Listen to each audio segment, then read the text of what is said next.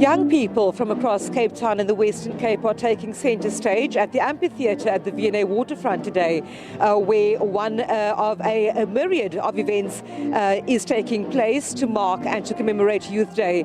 And now in just a while there's a campaign called Post to Parliament which will be taking place. It's where young people from across various backgrounds come together and write on postcards the issues affecting them.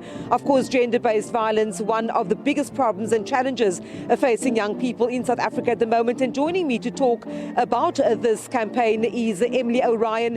Emily, as an organizer of Post to Parliament, let's talk about Youth Day and the commemoration here today, and also the importance then of the message that you bring across regarding gender-based violence.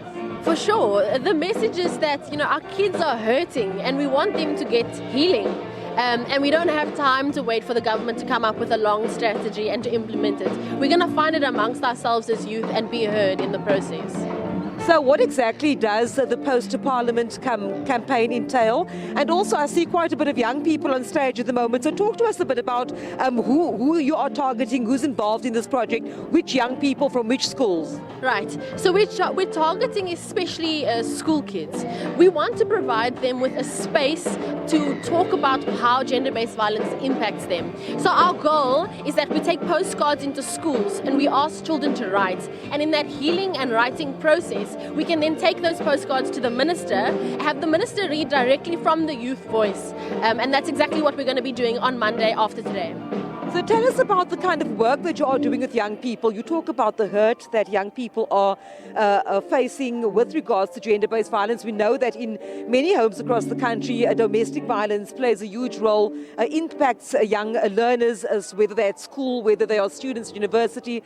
Talk to us a bit about the kind of work that your organization is doing besides the awareness campaign. What then in terms of tangible assistance for young people? Exactly. So when we did our awareness campaign last year, we learned three things about young people. The first was that all of them support the cause to end gender-based violence, and you can deal with that with awareness. But then there's two other things. A few of them are coming forward to share their experience and to talk about it. There are conversations that are not happening in schools and between parents. And then thirdly, we learned that a lot of children don't know what to do about bullying that they see or face. So if we can do two things, the one is bring them into conversations through workshops.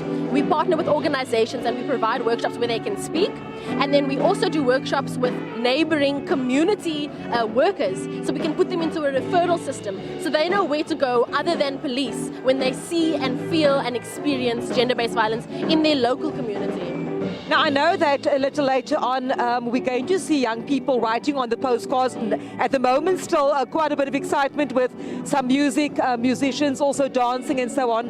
What happens once these postcards are filled out, are written? What's the next step then? So we've got a dedicated research team because we learned that our parliament doesn't have the research capacity. So we have a youth research team. They summarize the findings from the postcards, and then we have a meeting on Monday with the Minister of Social Development, and we're going to be asking her to bring in our postcards into schools and to give young people an education curriculum as part of life orientation that teaches them important concepts about gender-based violence.